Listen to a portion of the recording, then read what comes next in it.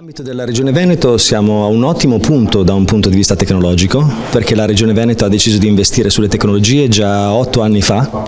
acquisendo una tecnologia appunto come la nostra, che è un DMS, che è un sistema che è utile alle società e alle organizzazioni che gestiscono il turismo. La complessità nell'utilizzo di questi strumenti invece è ancora da venire, nel senso che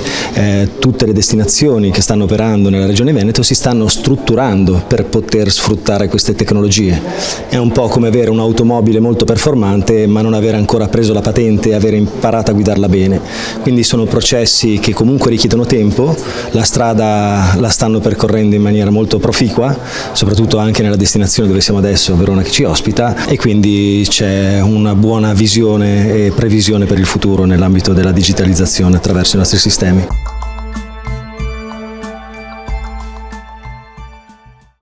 La priorità è, da un certo punto di vista, ritornare alle origini, nel senso che comunque la digitalizzazione prevede l'uso di dati, ma i dati devono essere creati, quindi comunque il coinvolgimento di tutti gli attori del territorio, fornitori di servizi, alloggi,